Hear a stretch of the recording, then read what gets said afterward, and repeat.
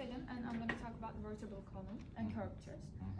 As a general aspect, it's 71 centimeter in males and 61 centimeter in females. There is 26 vertebra in vertebral column in adult person.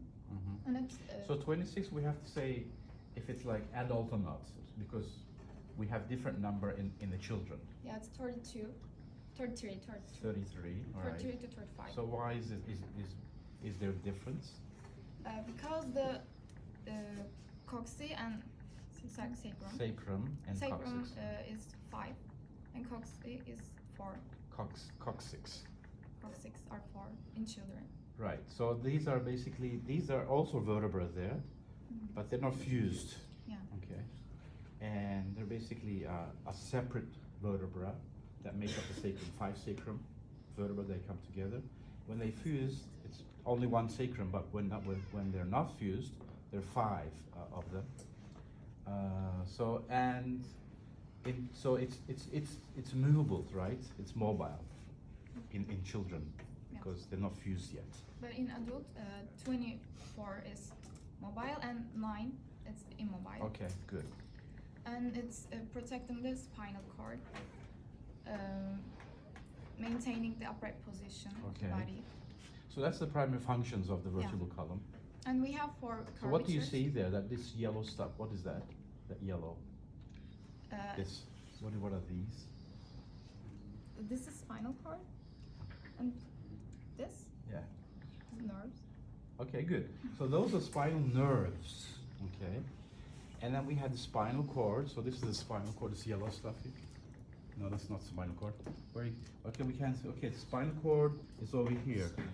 Inside what? So spinal cord travels through inside what? Vertebral canal. Right. So basically, so you have. So this is what?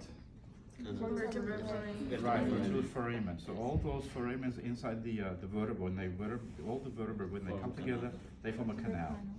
And then so you have the spinal cord pass through the canal.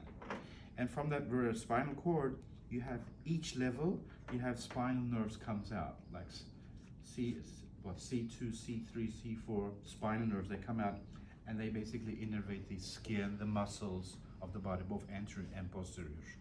So these are spinal nerves that come out through this foramen. Other presenters are going to talk about that. Yeah, go ahead now. There are 4 curvatures in the vertebral column. The first one is cervical curvature. Second one is thoracic curvature. Okay, first we have to talk about like curvature in the embryo.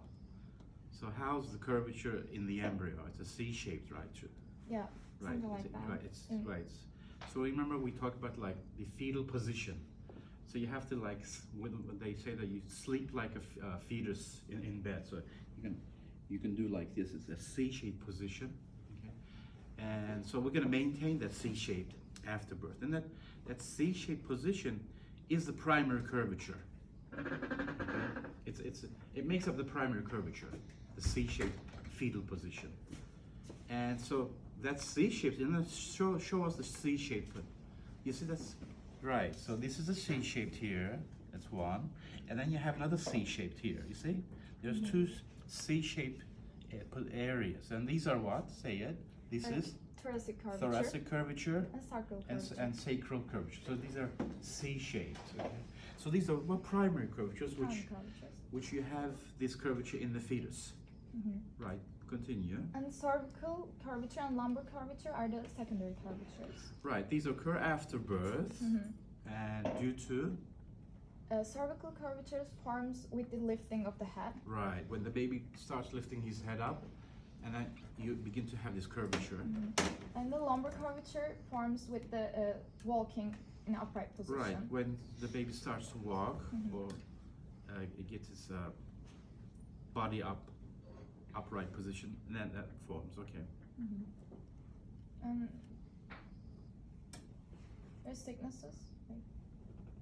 Yeah. Lordosis. Right. Talk about that. Kyphosis. Kyphosis, lordosis. Kyphosis is especially caused by osteoporosis. Okay, can you show it? So that Like area, right? In the The thoracic area. So you have the exaggeration of the curvature. Yeah, abnormal. Excess amount of curvature Yeah, of the abnormal thoracic. increase in the thoracic curvature. Mhm. And in lordosis, there's a abnormal increase in the sacral curvature. In lordosacral curvature? Sorry. Where's that? In, The lumbar curvature. Okay. right, in lumbar curvature. Lumbar curvature. Okay. Right, not sacral. Mm-hmm. Okay, so if this is exaggerated, so this will go like this. That's lordosis, okay? In the kyphosis, the thoracic curvature will, this is normal position, but if it's exaggerated, if it's extensively curved, it will go like this. And that is called a hunchback, hunchback. And Okay. lordosis is sway back. Sway back, Sway right? back. So when the pregnant woman, due to the gravity and the weight of the fetus and the baby, it pulls the body towards the gravity down. So it pulls the vertebra down, and then basically it forms this extensive amount of curvature. at And that particular area. obesity. And obesity, correct, right? And there's a scoliosis. Scoliosis is like the when the curvature is in a lateral position. Right, it's when it- scoliosis. When it's moved laterally, sideways. Especially in puberty girls. Okay, Puberty girls. okay, And that's good. all right. Okay, so you want to ask questions to them? I can.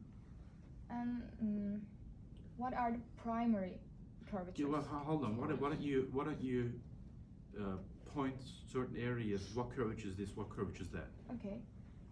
What curvature is that? Thoracic curvature. This one. Okay, so hold on. So let's say it all together. So point that out. 1, 2, 3. Thoracic Curvature. Oh, hold on. Let's say it all together.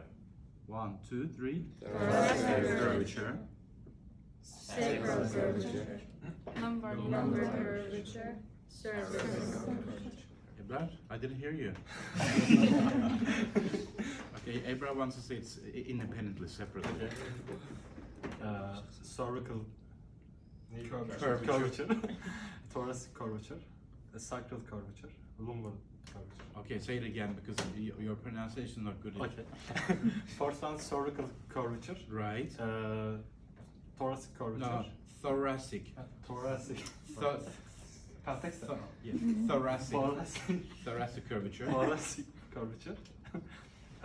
Lumbar curvature. Sacral. Sacral. Sacral. Good, excellent. Yeah. Okay, good. So that's it, right? Okay, let's give it a clap then.